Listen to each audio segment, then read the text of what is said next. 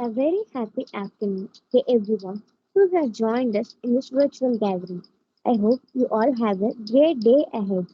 To make it more delightful, let's kick off today's session on entrepreneurship opportunities in solar energy technology, organized by the Department of Mechatronics Engineering under KSRCT-IIC. It's a gratifying welcome we bring you to you on this pleasant afternoon.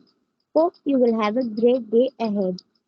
To start this auspicious occasion, I would like to call upon Vishnu Kumar, second year, Department of Information Technology, to welcome the gathering.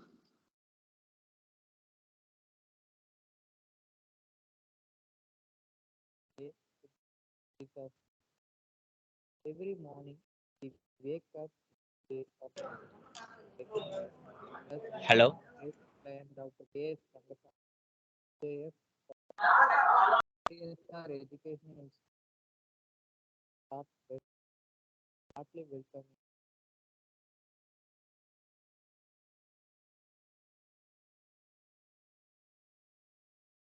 Now,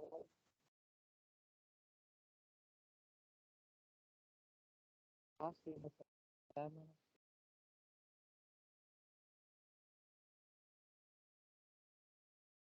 KSR Education, Dr. K. Tyagaraja, CEO of KSR Education, absence here. R. Gopalakrishnan, KSRCT, we welcome you all to this webinar. I heartily welcoming our first chief guest. Today's chief guest, Dr. Falgun Keyoor Raval, who is here to deliver a talk on entrepreneurship opportunities in solar energy technology. Now, I extend a warm welcome to today's our President, Vice President, Convener of IIC, student coordinators of IIC, and other core members. I extend my salutation to faculty members and other participants. The desire to create is one of the deepest yearning of the human soul. Once again, I hereby welcome you all to this webinar, Entrepreneurship Opportunities in Solar Energy Technology. Thank you, everybody.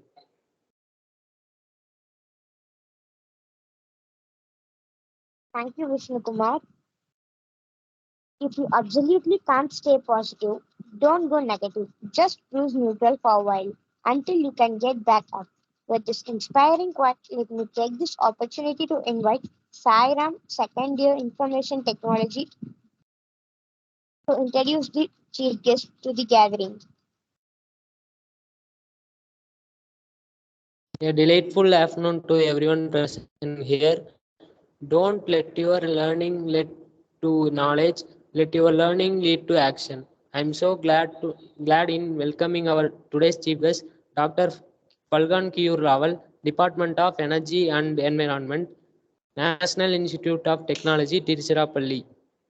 Our research person has done his bachelor's degree in mechanical engineering in Gujarat Technological University and his master's degree in renewable energy in Manit Bhopal.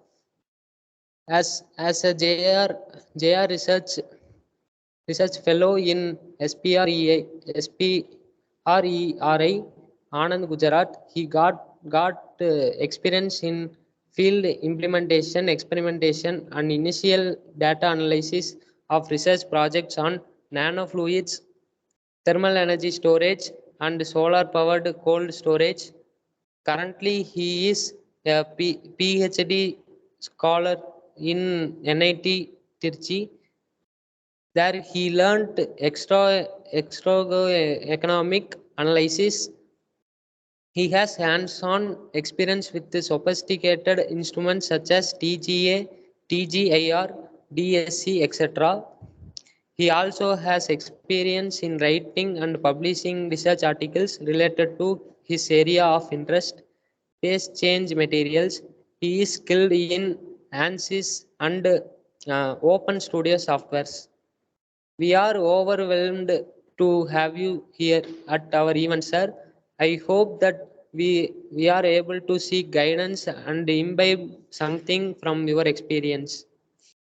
It is an honor and a privilege for us, sir, to have you with us today. We are thankful to have you here for making your present despite your busy schedules. On behalf of IIC, we wish all your attempts would result in great success, sir.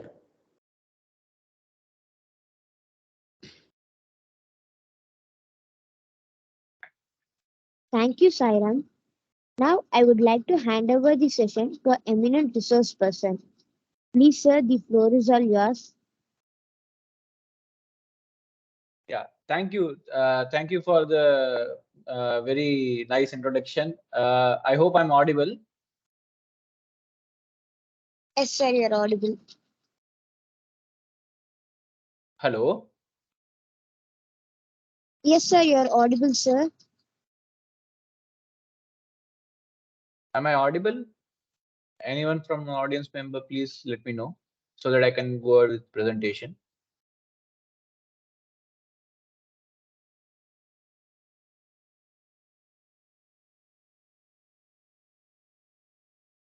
Okay, I'm assuming that I'm audible. If not, please let me know in the chat. I'll be sharing my screen now.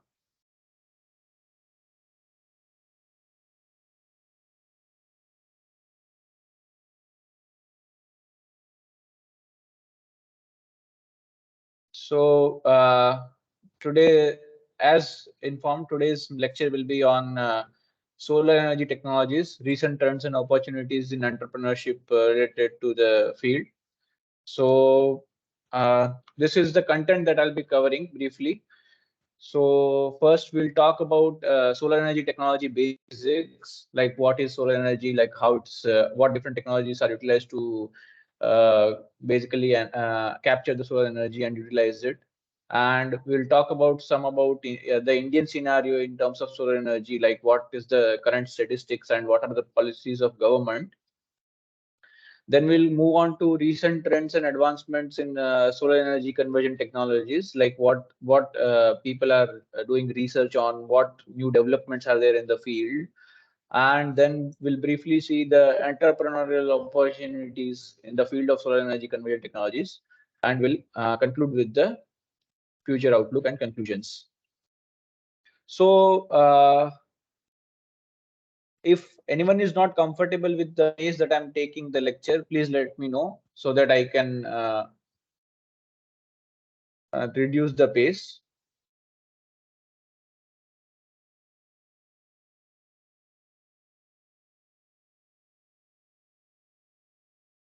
One second, I think there is some issue.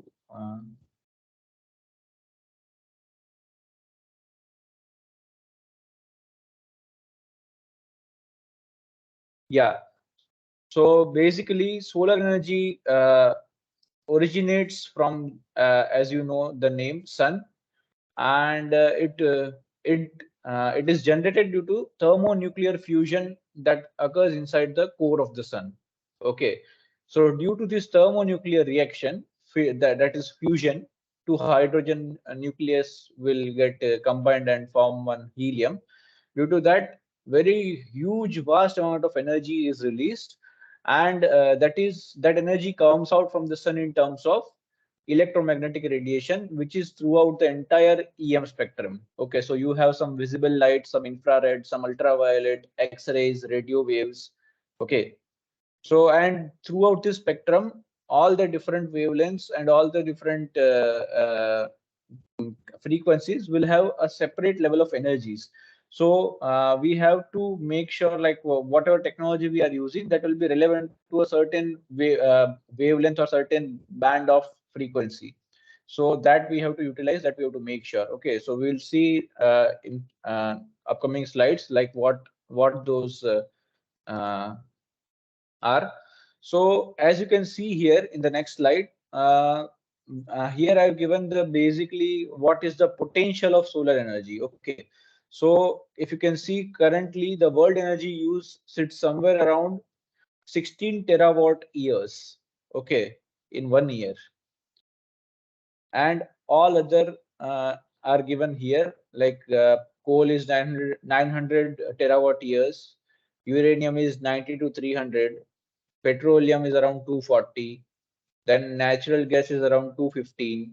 Okay, but as you can see, solar is the maximum potential, although we cannot utilize it fully because of the limitations of our technology and certain other limitations like the thermodynamic and other technological limitations. But you can see how vast the solar energy potential is, correct? It's 23,000 terawatt year per year. So what you can expect from it is, even if you can utilize even a fraction of it, even if you can capture a fraction of it, you'll be easily able to give energy for entire world, for entire energy year of energy use. Okay, so that is the this slide basically emphasizes how important solar energy is. Okay, so now let's see what is the Earth's energy budget. What do I mean by energy budget? Basically, there is certain amount of energy that is coming from sun. That is, you can see here, 100%. If you can see, wait, yeah. So as you can see here, the incoming solar energy, that is 100%. Out of that, certain amount will be reflected by atmosphere. Why it will be reflected by atmosphere? Because atmosphere itself is comprised of some gases. Okay, and all the gases will have some refractive index and reflective indexes. Okay, so due to that, some amount of energy is reflected back by the atmosphere into the space. Okay, then we come to clouds. Now clouds reflect around 20%, and then remaining energy goes down to Earth's surface. Some amount is absorbed by atmosphere, that is 16%. Then some is absorbed by clouds, 3%. Okay, and other is absorbed by land and oceans. Now what we are facing currently is, due to our extensive use of fossil fuels, this absorbed by atmosphere, this amount is increasing very rapidly, and due to that we are creating kind of like a blanket around the earth, which is causing greenhouse effect and global warming, which is leading to several of the issues. So if we utilize solar energy and other renewable energy technologies, we can help mitigate some amount of carbon dioxide from the atmosphere, and that will help in lowering this effect and thus bettering our climate and saving ourselves from climate change and its disastrous effects, basically. Okay, so then now, as you know, you all of you might be aware of some basic thermodynamics. Any and every body will have certain radiation. Okay, according to its energy level, it will emit certain amount of radiation. So now earth is absorbing some radiation and energy from solar energy, sun. So basically it will have a certain temperature, and due to that there will be certain amount of heat that is being emitted by the sun. So in red over here you can see is the heat that is being radiated from the earth. Okay, so out of this, around 64% of heat is radiated by clouds and atmosphere to the space, and the 6% that is coming from here, that is absorbed by atmosphere, that is coming here, and it will be directly radiated to space from earth. So basically this is somewhat about earth's energy budget. Okay, now let's see, I told you that the solar energy will have different level of energies. Okay, so as you can see, this graph, this line represents the energy level. Basically this is watt per meter square per newton meter. Newton meter is the wavelength, basically. So for each 250 nanometer wavelength, you have certain amount of watt per meter square radiation. Okay, similarly, so this band below this level, around 400, below 400, is known as UV spectrum. Okay, and around this 700 above is known as infrared. So between this nanometer length, what we have is the visible radiation, which helps you see the different colors. Okay, so basically you have two different technologies when you come to solar energy utilization. Either you can use solar thermal technologies or solar photovoltaic technologies. Now many of you might be very familiar with photovoltaics, right? Everyone has seen photovoltaic panels. Nowadays, it's very common to see on people's rooftops, okay, and in industries as well, and big solar plants are there. And solar thermal is also a bit common, but the thing is, it's not much incentivized nowadays. So it's a little bit more rare to find solar thermal in day-to-day households compared to the solar photovoltaics. So basically, solar thermals, if one example, if I can give very simple, is in early 2010s, there used to be one government scheme that gave subsidy for solar water heaters and solar cookers. Okay, some box type cookers were there where solar energy was reflected by the mirror and it fell inside a box that was covered with glass, and there you can put your cooking vessels and you can basically get rice and dal and all those you can cook basically. Okay, and solar water heater, name itself suggests, basically we use the solar energy heat to heat our water. Instead of traditional electric heaters, you use solar water heaters. That's one of the what you can say applications of solar thermal energy. Okay, so solar photovoltaics, you should keep in mind that though this technology only works in the visible range. Okay, whatever the visible spectrum is there, that amount of energy will only be captured by the solar photovoltaics. Okay, so anyway, you can see this is the maximum amount of radiation and energy lies in this spectrum. Okay, so solar photovoltaic is good in that level that it utilizes the highest radiance energy in this region, whereas solar thermal works with the entire spectrum except these UV rays. So basically, infrared uh, can be correlated to heat, right? So some amount of heat energy is also in this area as well as here. Okay, so that is captured by solar thermal. Now, when we talk about solar radiation, all the technologies that we have designed are based on different types of radiation basically. Okay, what I mean by that I'll explain in detail. Basically, if you see about solar radiation has several components. One is direct radiation, another one is diffused radiation, third one is reflected radiation, and a combination of all this is global radiation basically. Okay, now what do I mean by direct radiation? If you can see in the figure over here, whatever radiation that directly comes from sun to the earth surface without getting distracted here or there, because basically, as I told earlier, our atmosphere is contained of several gases, so it will have certain refractive index, right? So when the energy is, the photons of the solar energy are passing through the atmosphere, they might get refracted due to the gas. Okay, but whatever compound, whatever remaining that is coming directly from outside the space, that is the solar radiation, to directly to the Earth's surface, that can be termed as direct radiation. Okay, another name for it is fixed radiation. This contains around 70 to 80% of the total radiation that is present inside the basically the solar energy that is coming from the space to the earth. Okay, so to capture this radiation, you need to have solar tracking. Now, what do I mean by solar tracking? Basically, is your sun rises and sets, right? East to west, it moves. So basically, the direct radiation itself will move along with sun from east to west. As the sun, directly from the sun, the radiation is coming in. So as sun moves, the radiation will also move. So to capture that beam of radiation, you need to have tracking, right? Solar tracking.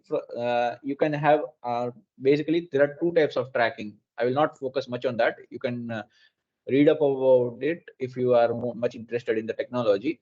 Okay, otherwise the time will be very less. So the next is diffused radiation. So diffused radiation is basically scattered radiation. As I told that there will be gases and clouds in the atmosphere. So whatever the photon that is coming and hitting those gas molecules or clouds, it will get refracted.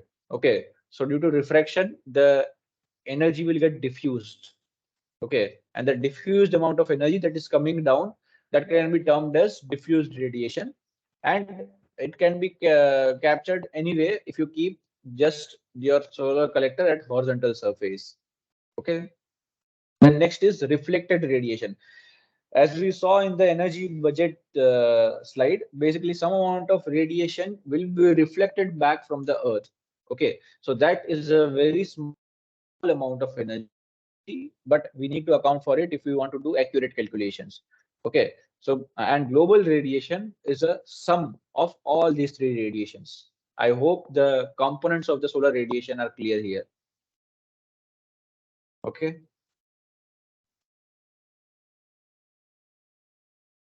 Measure.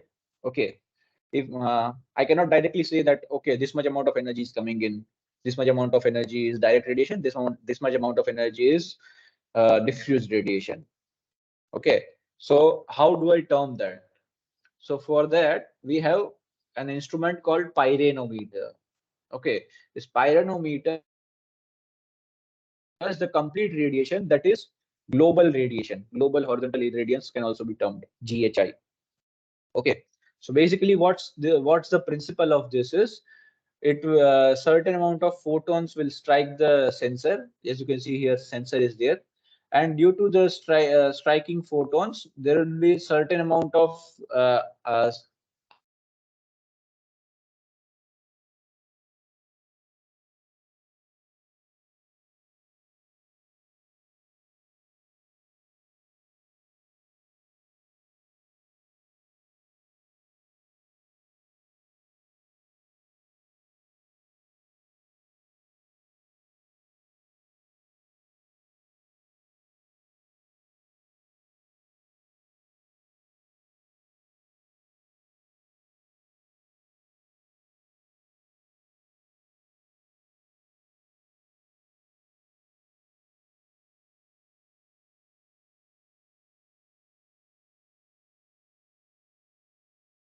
hello, hello, am I audible? Sorry, the internet connection got cut off. Am I audible?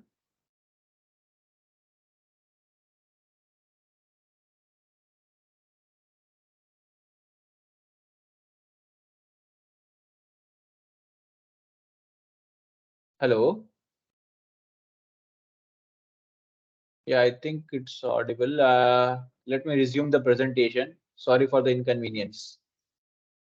So basically, as I was saying, you cannot term that what energy is coming in what form. Okay, so you have a pyranometer. I hope everyone is aware of Seebeck effect. Okay, so Seebeck effect, basically what it means is you have certain temperature difference uh, due to which there will be some voltage generation. Okay, so as the radiation strikes on the sensor, there will be certain temperature difference that will be generated across the voltage terminals of the sensor, and you will get output in terms of millivolts. Okay, so each pyranometer is calibrated such that certain amount of millivolts means certain amount of watt per meter square of radiation. The radiation, solar radiation, is measured in terms of watt per meter square.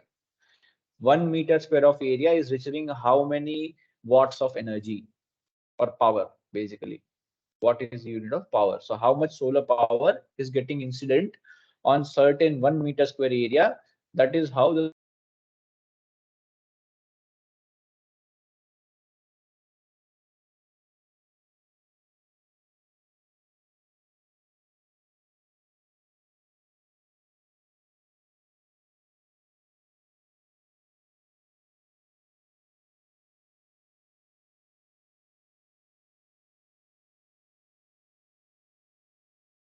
hello, hello, am I audible?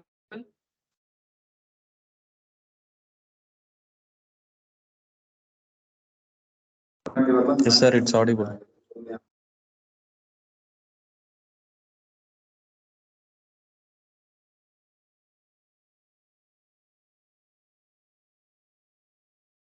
So, like I was saying, you have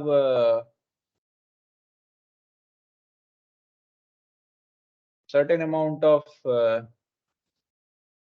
radiation that is striking the sensor of pyranometer, and you are getting certain voltage output, based on which the every pyranometer is calibrated such that certain millivolts means certain watt per meter square of energy. Okay, so now this pyranometer, as I was saying, measures the global horizontal irradiance, okay, or total global radiation basically. That is sum of diffused plus direct or beam radiation plus reflected. Okay, reflected is very less, so even you can not consider, that is okay. Okay, so pyranometer measures the global radiation. Now, if I want to get each component, what is the component that is each energy is contributing, what is beam radiation component, what is the diffuse radiation component. Okay, so how will I know that? For that, we have an instrument called pyrheliometer. Okay, so pyrheliometer is nothing but a modified pyranometer. Basically, you have the similar sensor to the pyranometer over here, that will be in the at the bottom of the tube, and the tube has certain opening over here. You can say, see, the protective lens is there. Certain acceptance angle will be there. So basically, whatever the direct solar energy is coming, that only will be visible, that only will be captured by the sensor over here. Okay, so direct, whatever, suppose energy is coming from here or here, coming outside from the acceptance angle area, then it will not get captured by the pyrheliometer. It will get reflected outside or something. Okay, so this hollow tube is reflective on the inside, and all the radiation that is coming here is captured over here. That's how you get the direct or beam radiation. Okay, and if you just reduce this direct radiation from the total radiation that is measured by the pyranometer, you will get diffused radiation. Okay, now why is this important is, you have certain technologies in solar, like concentrated solar technologies and non-concentrating technologies. For concentrating technologies, be it concentrating photovoltaic or concentrating solar thermal, okay, either of the technologies will only use beam radiation, because diffuse radiation is does not have a single direction. Okay, as I told, it gets refracted and gets spread out throughout the atmosphere, and that energy is coming down in various directions. So it cannot be concentrated onto a single point or single line. Okay, so if you want to use concentrating solar technology, you need to take into account only and only direct radiation or beam radiation that is coming from the sun. Okay, so while doing calculations for concentrating technology, only beam radiation is required, so we measure that with pyrheliometer. Suppose you are just using a flat plate PV collector, then directly you can use the whatever reading you are getting from pyranometer to do your calculations. Okay, so this was some of the basics about the technology. I hope everyone was clear with this. We'll resume now with the Indian scenario basically. So here I've given a simple overview. Basically, India is one of the fastest growing solar markets in the world. As of now, that is February 2023, last month, sorry, last to last month, we had an installed capacity of solar alone, 63.3 gigawatts. That comes somewhere around 12% or something like that. I'm not exactly sure on the percent number, but that comes there in the similar ballpark. So you can see how big it's there. And the last year that went by, 2022, had the highest year-on-year capacity growth of 9.83%. So basically, what is year-on-year growth? If you don't know, basically, suppose I have certain X amount of installation capacity in starting of 2022. Now I will calculate how much growth based on that. See, suppose I have 100% at 2022 start, then by 2022 end, according to these numbers, I will have growth of 109.83. The installed capacity will be that much. Okay. So last year, whatever growth, suppose last year X gigawatts were installed. In 2021, X gigawatts of energy, solar energy plants were installed. Then this time 1.98 times of X have been installed in 2022. That is last year. Okay, so this the capacity over the last 9 years that is from 2014 onwards, the capacity has increased over 24.4 times. Okay, so if there was some X amount of solar energy plants installed capacity in India in 2014, it has become almost 25 times of that in the last 9 years. So you can see how aggressively the government is pushing the solar energy. Okay. And lastly, government of India is targeting around 500 gigawatts of non-fossil capacity by 2030. Okay. Out of which at least 100 gigawatts will be contributed by solar. So 100 gigawatts was the target for the end of 2022, but due to some tender delays and due to some corona delays, we could not achieve the target. So the target has been renewed a little, like the deadline has been renewed a little bit for achieving the 100 gigawatt targets. We should be achieving the same within early this year, that is end of April or May, something like that. This month or next month, we should be achieving something like that. So this is some of the overview of the statistics related to India. Now let's see what solar resources that does our country have. Okay, so here I've given two maps. On the right side, what you can see is the direct radiation potential graph, and on the left side you can see is the global radiation potential graph. Okay, so whatever the zones in red you can see are called renewable energy rich states, RE rich states. There are total 8 of them: Gujarat, Rajasthan, Madhya Pradesh, Maharashtra, Andhra, Tamil Nadu, Telangana.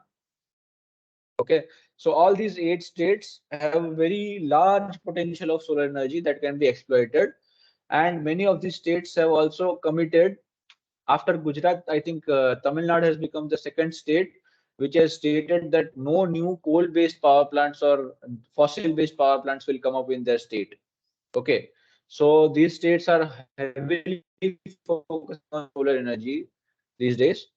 So you can see over here in the red zone, basically you will receive around 2,000 kilowatt hours of energy per meter square in a, throughout the year. So if I take 1 meter square of land in say Madurai or in Gujarat, say Gandhinagar, suppose, okay, then in 1 meter square of that land area, I will receive around 2,000 kilowatt hours. That is a very huge amount of energy, correct?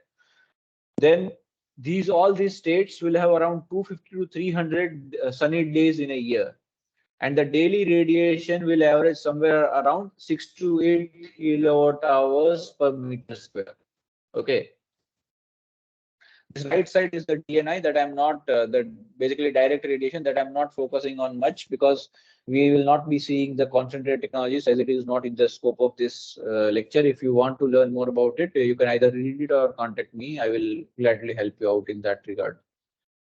So now next, let's see the solar energy scenario, like what are the policies that government has taken to promote solar energy throughout its history. Okay, so basically in 1982, after the meeting of all the nations, it was decided that fossil energy is bound to run out someday, and we need to invest in some non-fossil based technologies where the renewables came up. So for that, India set up a commission for alternate sources of energy, and afterwards, very slow moving growth was there.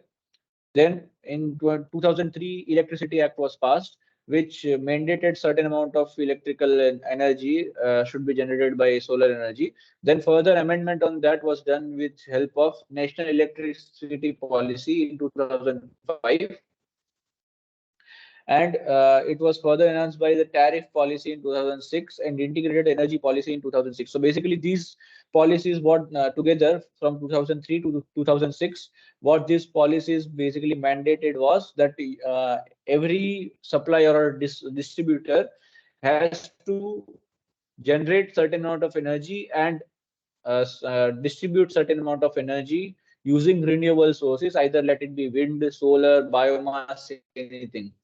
Okay, and they had fixed some aggressive tariffs for that. to make it affordable to the end user, and the government was providing subsidies based on that. That is still continuing in some form even today. Okay. So after that, in 2008, a National Action Plan on Climate Change was initiated, wherein one holistic plan was developed by Government of India across several sectors, not just the energy sector, like environment, buildings, sustainable buildings. All those things were formulated, and several energy efficiency and all these different parts were there in this action plan. You can read up more about it. It's very interesting. Okay. Then in 2009, generation based incentives for solar were provided. Basically, what does generation based incentive means is, suppose I'm generating some 1 kilowatt an hour of energy, solar energy, from my rooftop power plant. I have put one rooftop solar power plant in at my house, and I'm generating 1 kilowatt hour of energy. Then for a 1 kilowatt hour of energy, government will pay me certain incentives for because I've put faith in solar energy, and I've put some solar plant on my rooftop, and I'm getting certain money out of it. It will also reduce my electricity bill. Okay, so this is also going on under the Jawaharlal Nehru National Solar Mission, in short, National Solar Mission, that is started in 2010. It was supposed to get over by 2022, but it has been extended up to the mid of 2024. Okay, this National Solar Mission and all the subsidies that are coming under the National Solar Mission have been increased up to the end of May 2024. Then in 2011, renewable energy certificates were introduced. Basically, what it means is, suppose you are a market player, you are a power plant who is generating coal-based electricity, but government has set certain regulations that no, you have to generate certain amount of electricity using renewable, but you don't have a renewable plant set up for you. Then what you can do is you can buy certain certificate or credits from the one other electricity generator who is generating excess electricity than he is mandated for using renewable energy. So you can buy certain amount of certificates by paying some amount to him. For every kilowatt hour or for every ton of CO2 that is abated using this renewable energy power plants, you will get certain amount of renewable energy credits in form of certificates that can be traded. So that is the concept that was introduced in 2011. Based on this concept, further development is going on, and right now the government is planning to come up with a national carbon market that is going to start mostly by the end of this year. So now let's see the next slide.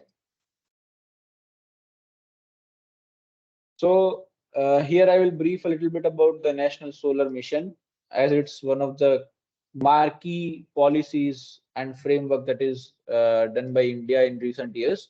So this was started in 2010 with the objective to establish India as a global leader in solar energy, which India has done.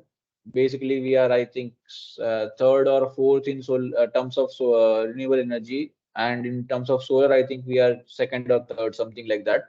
So basically, we have established ourselves as a global leader in solar energy by creating policy conditions for diffusion across the country as quickly as possible, and that was why the government launched this program. So basically, it consists of several key facets. One is policy and regulatory framework. Other one is to promote research, development, and manufacturing. Promote human resource development. What does promote human resource development mean here is, basically government is running certain training programs, okay, to train certain ITI level students or those level students to work on solar energy power plants. Okay, so that is promoting human resource development basically. Then institutional arrangements for implementing the mission, basically establishing certain institutes for financing and for doing other activities related to the project, solar energy projects. Then to do international collaboration with other countries. Basically, currently many international countries are investing in our Indian solar power projects. And they are generating certain amount of credit that they are trading in their own country for the generating so much amount of renewable electricity. So basically, that is what is meant by international collaboration. Then other one is financing the mission activities. So these are some of the key facets of solar mission. Then this was the proposed roadmap for the National Solar Mission. So it worked in 3 phases. As I said, it was supposed to end in 2022, but it has been extended up to mid of 2024. Okay, so initial phase was from 2010 to 2013, where 1,000 to 2,000 rooftop and other utility grid solar power was to be established. Off-grid solar target was of 200 megawatts. Then in the phase 2, the target was up to 10,000 megawatts and up to 1,000 megawatts of off-grid. And in third phase, it was 1 lakh megawatts or 100 gigawatts basically. Okay, we have not been able to achieve this. That's why the government has renewed the deadline up to 2024. But hopefully, we should be achieving this by the end of this year. And off-grid target has been set at around 2,000 megawatts. Okay, so this is some of the glimpse of the National Solar Mission. Some other initiatives by government is Clean Energy Cess in 2010. Basically, Clean Energy Cess was introduced where every ton of coal that is used is charged with extra 50 rupees. Okay, so the coal power plants guzzle coal like anything. In several hundred tons, it's utilized every hour. Okay, so every ton of coal used levies around 50 rupees of extra cost in terms of clean energy cess. Okay, so this cess is then utilized by the government to fund the solar power and other renewable power projects. Okay, so now initially it was 50 rupees. Now the cess has grown to 400 rupees per ton of coal due to the inflation and all other factors, economic factors. Okay.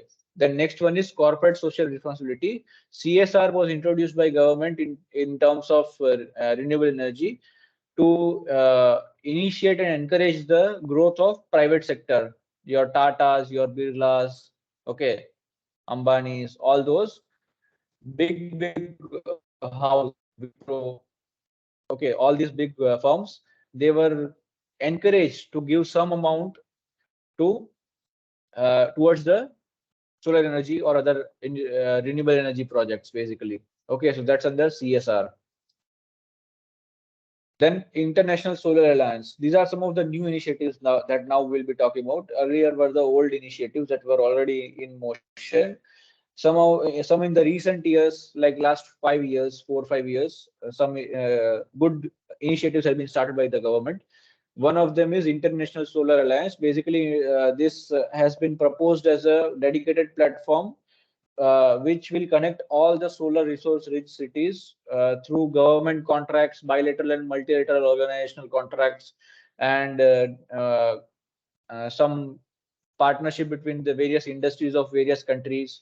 So basically, the main goal of this International Solar Alliance is to contribute towards the increasing the use and quality of solar energy, which will help in turn create energy security in safe, convenient, affordable, and sustainable manner. Okay.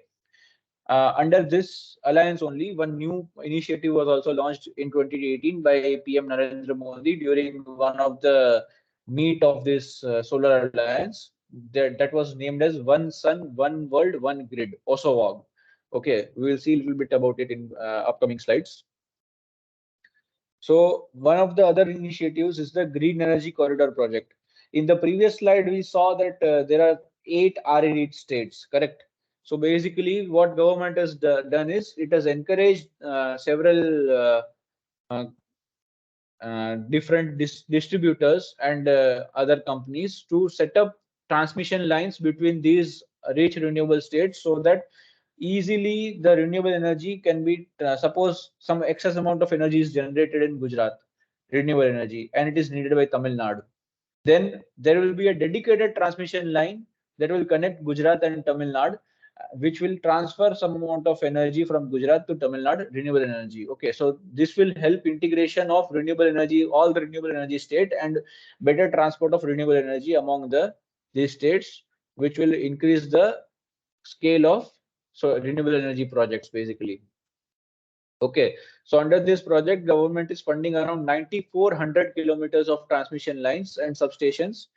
The purpose of it is to evacuate around 20,000 megawatts or 20 gigawatts of large-scale renewable energy plants, energy that is being generated from this 20 gigawatt in renewable energy plants in these 8 states. They will contribute towards that, and that this green energy corridor will then further be integrated with the national grid. Okay, the total project cost is estimated to be somewhere around 10,141 crore rupees.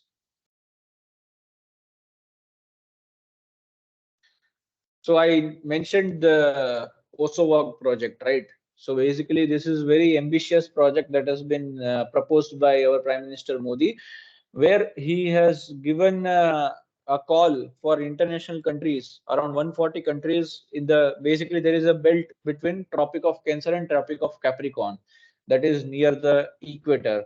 These belt of countries receive the most amount of solar radiation among all the world's countries. Okay, so in this belt, there are around 140 countries that are in Southeast Asia and Middle East and African area. So basically, the aim is to create transnational solar power grid.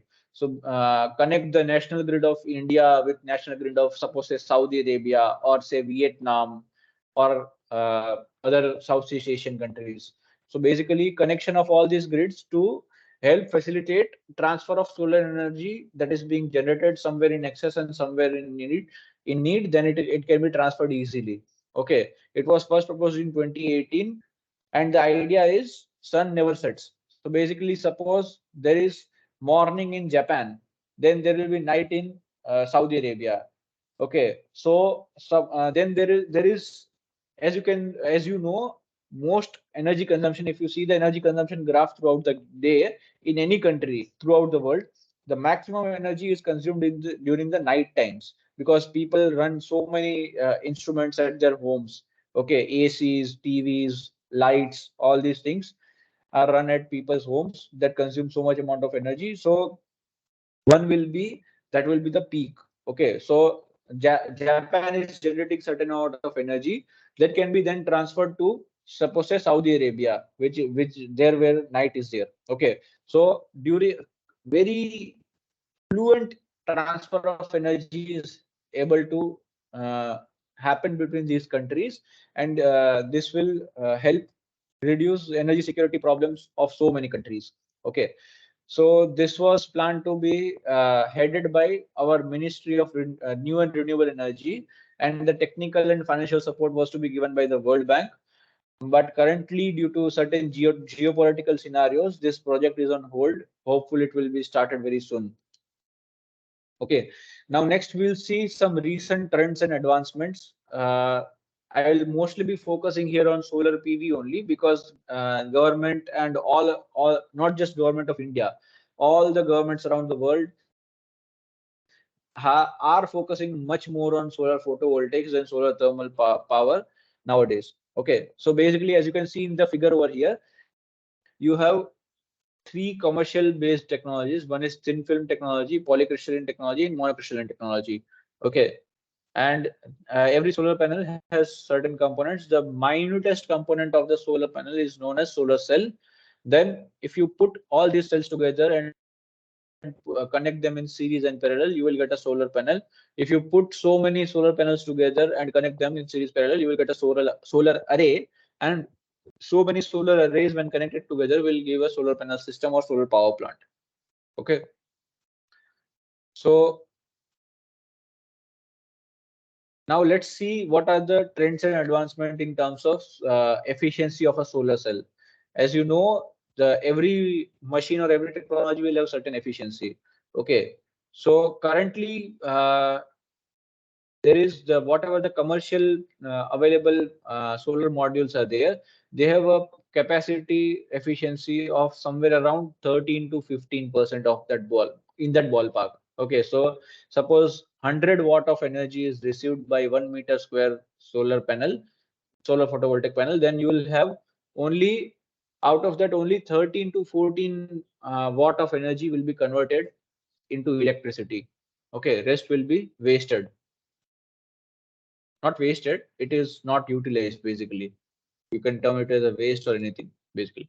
Okay, so here this is a very complex chart showing various technologies. We will see each one after another. Here, this is just I've given for a summary kind of thing, where what different research is going on in different materials. Okay, so let's see one after other. Okay, first is crystalline silicon cells. Okay, so here you can see the maximum efficiency that can be observed is somewhere around 27.6%. And keep in mind, all these efficiency that are tested are in laboratory conditions, not in the field conditions. Okay, so in field condition, in laboratory, you have very controlled environment, controlled atmosphere, controlled temperature, everything, and due to that you can get a better efficiency when compared to the actual. Okay, so the best that you can see over here is 27.6%.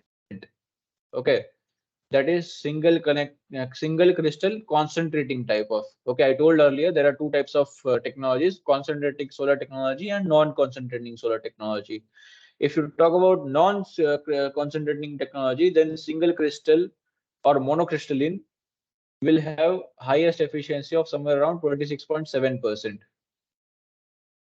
Sorry, that's my bad. That is silicon heterostructures. The 26.7% is of silicon heterostructures. Then you have single crystal non-crystalline, that is 26.1%. Similarly, different are there. Whatever is given here, Stanford and all the Sun Power and all, those are the basically manufacturers. Okay, manufacturers and research teams that are working, those names are given there. Next one is emerging PV. What do I mean by emerging PV is, earlier we saw crystalline silicon cells. Okay, the crystalline silicon cells are one of the most mature technology in terms of solar photovoltaics, whereas other technologies of photovoltaics such as dye sensitized cell, perovskite cells, okay, those are still in research phase and they have not been commercialized as of now. Okay, commercialization only occurs when your technology reaches certain maturity and it becomes cheaper to produce. Okay, so here you can see it ranges from 13 to 29.5%. I will not go in much detail. Basically different cells are there: dye-sensitized cell, perovskite cells, tandem cells of perovskite and crystalline silicon. Okay, all these are different cells. Then next one is multi-junction cells. What is multi-junction? Basically, you know the solar cells. Basically, if you don't know, let me inform you. The solar cells are basically p-n junctions. All of you might be aware of the semiconductor band that is there in the periodic table. Okay, so those are special type of elements, as they have dual valency nature. Okay, +3 and +5. Okay, so you can do doping in those pure semiconductors to get either p-type semiconductor or n-type semiconductor. So if you have extra hole, then that is termed as p-type, and if you have extra electron due to doping, then it is considered as n-type.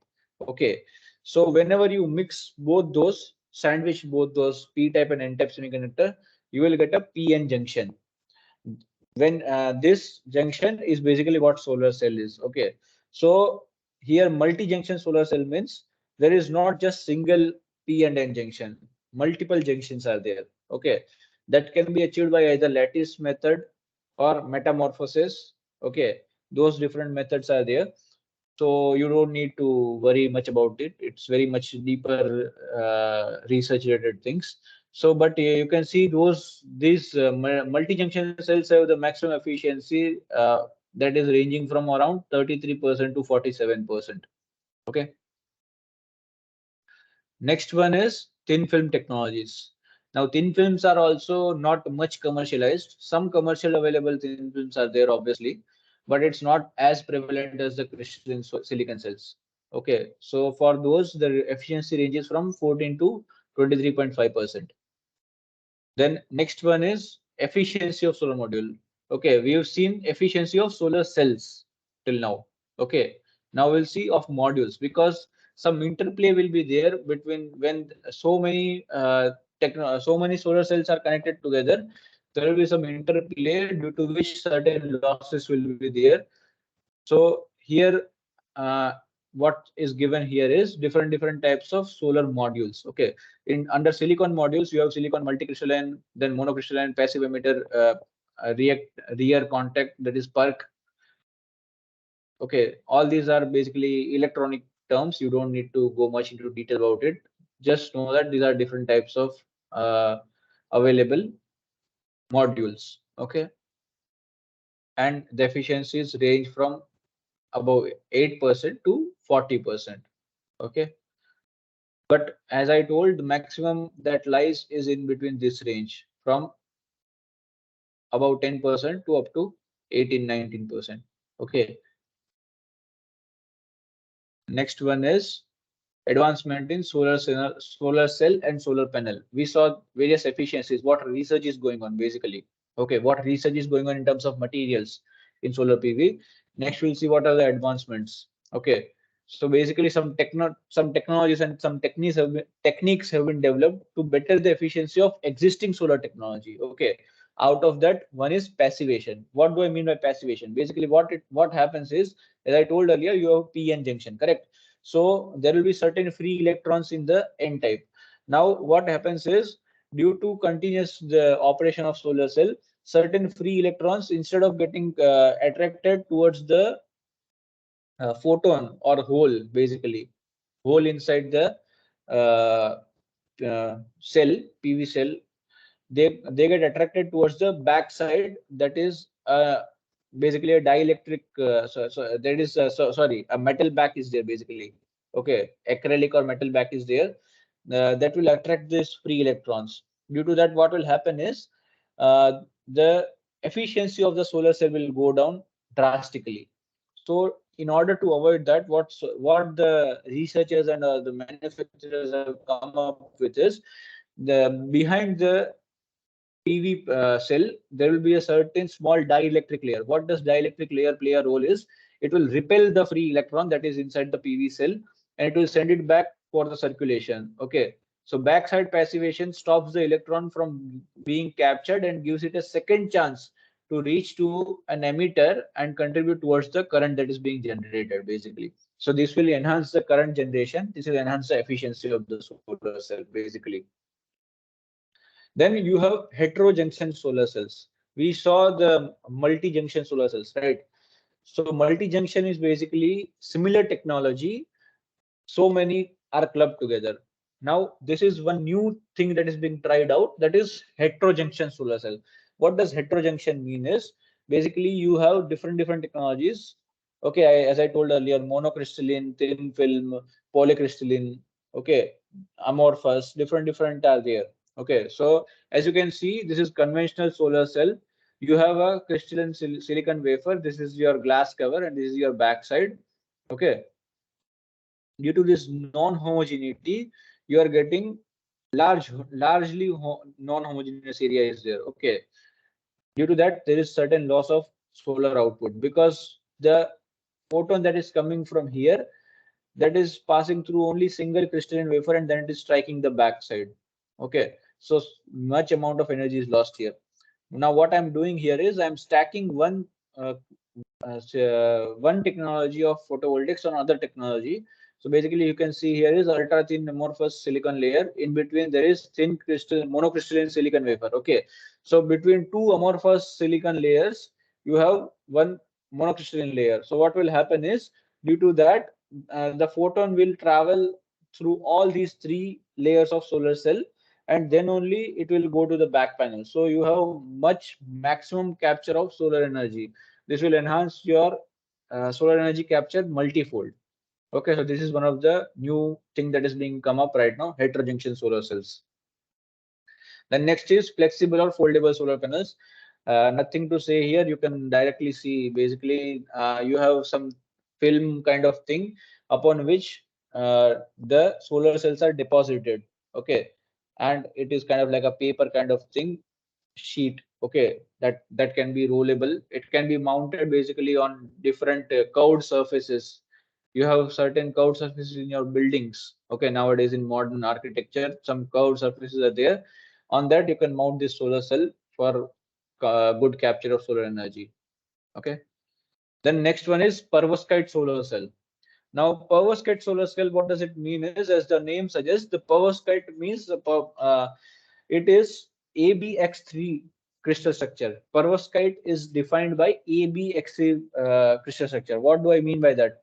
1A, 1B, and 3X will be there in a single lattice structure or crystal structure of the material. Okay, you can see the demonstration given here in the figure over here. The big one is A, the small one in the middle is B, and the even smaller one is the X. Okay, so one layer or one crystal will contain ABX3 kind of structure. Okay, so in perovskite solar cell, the type of solar cell includes perovskite structured compound, as I told, and is most commonly a hybrid organic inorganic lead or tin halide based material as light harvesting active layer. Okay, so perovskite materials, this technology is getting more and more popular nowadays. In very short time, it should replace the crystalline silicon photovoltaic panels. It has started slowly, but it is for sure has a very bright future. So you can read up more about this. This technology started with somewhere around 3.8% efficiency in laboratory scale devices, which reached around 25.5% in 2020 in single junction mode, and in tandem mode it reached somewhere around 29.15%. Okay. Now let's come to the meat of the thing. That is, what are the entrepreneurial opportunities and initiatives that are initiatives of government that are taken, and what opportunities are there for you guys? Okay. So basically, solar industry has certain different level of players that are involved in this. You can either be a solar EPC or installation company, a manager or something, like you can establish your own installation company or EPC. EPC, what does EPC stand for? Engineering, procurement, and construction. What are the key requirements for it? You need extensive solar field knowledge. You need good product knowledge. Which product is best for integration? Basically, you have different manufacturers. Okay, so you should know how to integrate all those technologies together from different vendors, so that you will have economic as well as technological sense of the thing. Okay, then you should have great business network. You should have network of people in market who are ready to take your products and who are ready to supply you raw materials. That is solar modules, inverters, wires, then frames, all those things. You should be having a good business network. Okay, and lastly, you should have a network of skilled laborers and engineering team. Then next one is solar manufacturing. Two routes can be explored in solar manufacturing. One is establishing factories and production of solar energy supply chain key components. Okay, so you can establish your own key factories and production line. Then second one is becoming a original equipment manufacturer, OEMs. So OEMs is a very common term that is not just used in solar, in all across the world. Suppose you have in your industry one lathe machine. Okay, so that lathe machine has been supplied by some supplier. It has certain components, certain nut, bolt, screw, something. Then that is manufactured by someone else. Okay, so that if you want some maintenance, then that is like smallest part you can make in the machine of PV industry. Okay, and that will be used by some other bigger player, and you will gain some access like that as an entrepreneur. Okay, then next one is you can start up a solar consulting firm. Okay, you can become a technical advisor to major solar projects in solar industry. Your role as consulting firm will be similar to that of a subcontractor, where you provide detailed information and knowledge to suggest optimum solar solution to companies and people. That is the end user of your product. Okay, then some of the key services that can be offered as a consultant include manufacturing sector process enhancement. You can give suggestions to better enhance the processes of the manufacturers of the solar industry. You can give some expert opinion in research and development of new technology, solar technology. Then a third one is service sector expertise for activities of repair, maintenance, and overhaul of the currently established solar power plants. Now, what amount of capital investment will you need for being certain level of business player in solar market? Okay, so for solar power plant installation, that is rooftop. Basically, I'm talking about rooftop. Okay, so you will need starting investment of around 4 lakh and above. This is the minimum amount. Okay, minimum threshold that is required. Then if you want to establish a solar plant, then you will get certain incentives from the government as well. That was scheme up to 2018. I don't know, I think it's discontinued now, but earlier the government used to provide incentives if you are establishing a solar power plant manufacturing unit. So you will need a starting capital of at least 5 lakh rupees. Okay, then if you are establishing a sales company, then you will need somewhere around 1 lakh and more. And just if you are working for some maintenance of established power plants, you will need 50,000 or more. Okay. Then what are, now let's see, we have seen different opportunities that are available in terms of solar industry. Now let's see what government is doing for encouraging this entrepreneurship in the solar industry. Okay. So government of India has taken number of initiatives. As I mentioned earlier, one of that is modified special incentive package scheme. Okay. So under this scheme, Ministry of Electronics and Information Technology provided capex subsidy of around 20% for businesses that are in special economic zones and around 25% for those that are not in special economic zones for establishing industries related to solar PV cell, module, EVA, backsheet, and solar glass. Okay. Then next one is preference to make in India in public procurement.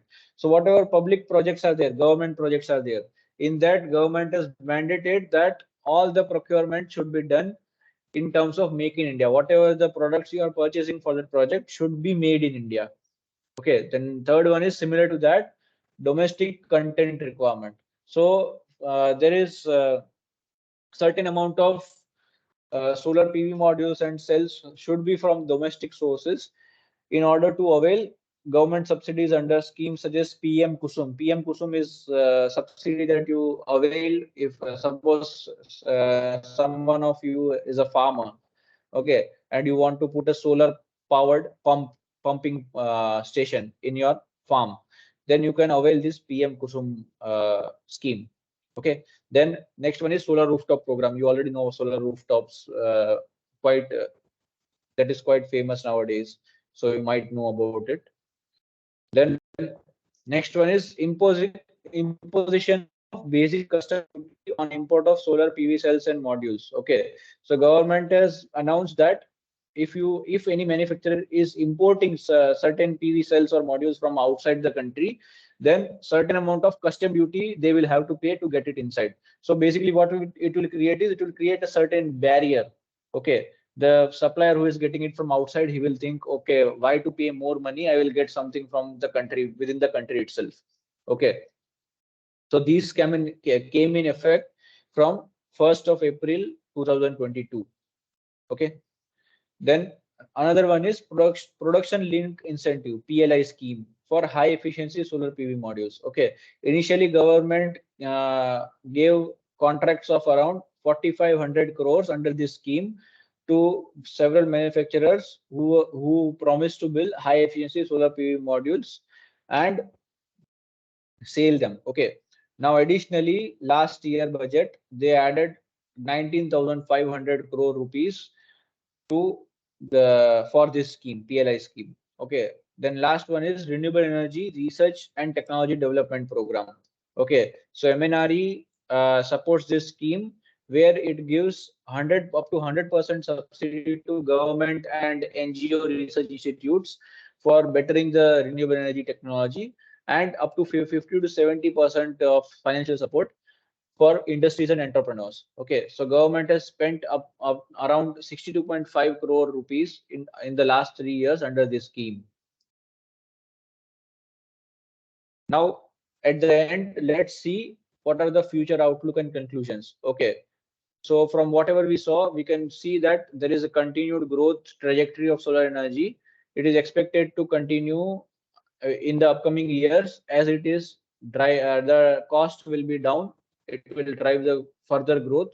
Some technological advancement will happen that we discussed earlier. Yeah, as I already told, India aims to achieve 500 gigawatts of renewable capacity by 2030, with solar accounting for major share. Okay. Emergence of solar and new solar conversion technologies.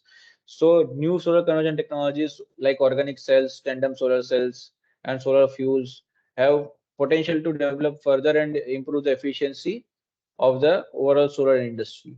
Okay. And as this growth continues, greater integration of solar energy is bound to happen into the grid. So you can develop some smart grid integrators for solar power plants or something. You can contribute that way also as an entrepreneur. Okay. So all of the above trends show an increasing opportunity for becoming a successful solar entrepreneur. With this, I end my presentation. Thank you everyone for patient listening. I'm open to question if anyone has any questions. Thank you.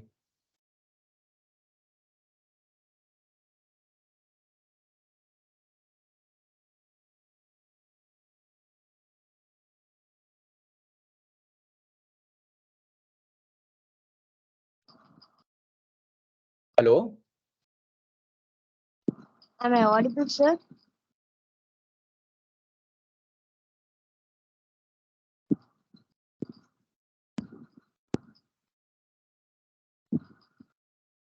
Thank you so much for a wonderful session, sir.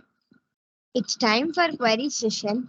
Do participants have any queries? The resource person is available now to answer all your queries. Sorry for the delay. I stretched it above the limit, I think. But I thank everyone for patiently listening. Please, if you have any questions, you can ask. Thank you.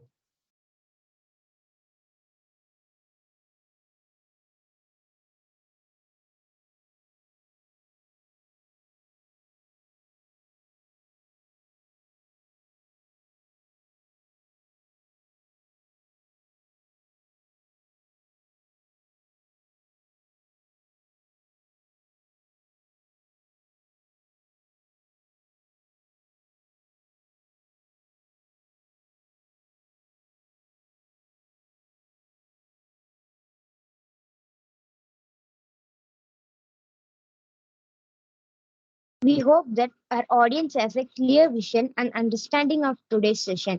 Thank you so much, sir, for making this session a wonderful event.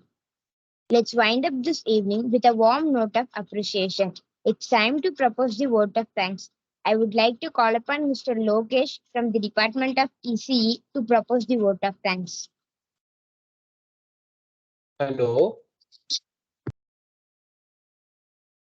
There is always light if only we were brave enough to see it. If only we were brave enough. I'm open for any questions.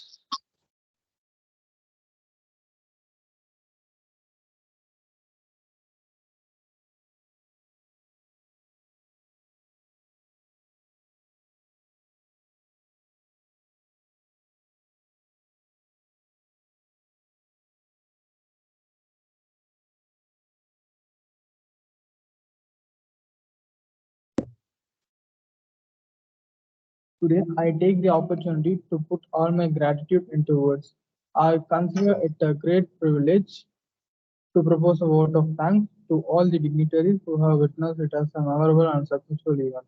On the behalf of KS Rangasamy College of Technology Institutions Innovation Council, I would like to express my gratitude to our Honorable Chief Guest, Dr.Falgun Keyoor Raval, Department of Energy and Environment, National Institute of Technology. Hello. Are there any questions?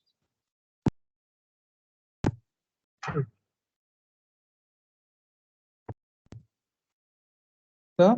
No, sir. Seems like they don't have any doubts. Hello. I'm not able to hear anyone. Am I audible? Yeah, sir, you are audible.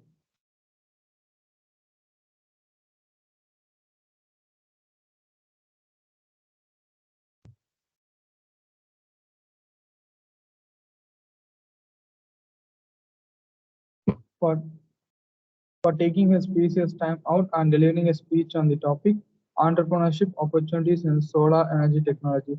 Sir, indeed, your words have inspired us. Today's webinar was full of knowledge and interesting things. It gave deep insights into the topic and also revealed some interesting facts. Thank you, sir, for sharing with us your words of wisdom. You took this event to a greater level. We will be looking forward to have more of your presence at future events. We thank you for being with us. It has remained a pronounced pleasure. With the blessings of late land Dr. K.S. Rangasamy, MJF, founder, KS Education Institutions, I extend my sincere gratitude to our chairman, Sri R. Srinivasan, and our CEO, Dr. K. Tyagaraja, sir, in absentia. A special mention to our respected principal, Dr. R. Gopalakrishnan, for being our constant support.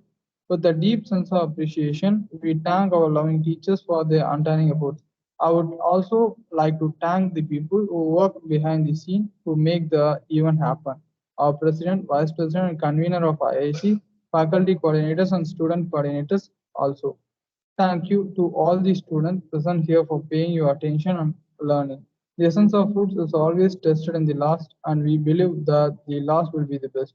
I would like to thank all our students of IIC for working with us in making this event a memorable one for all. Thank you all.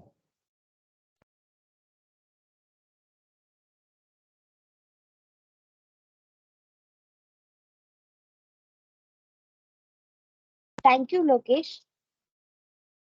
Thank you all for the valuable time with us. Hope this session would have rewarded you with valuable take-home benefits.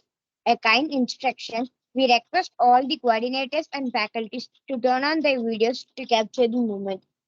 I repeat, we request all the faculties and coordinators to turn on their videos to capture the moment.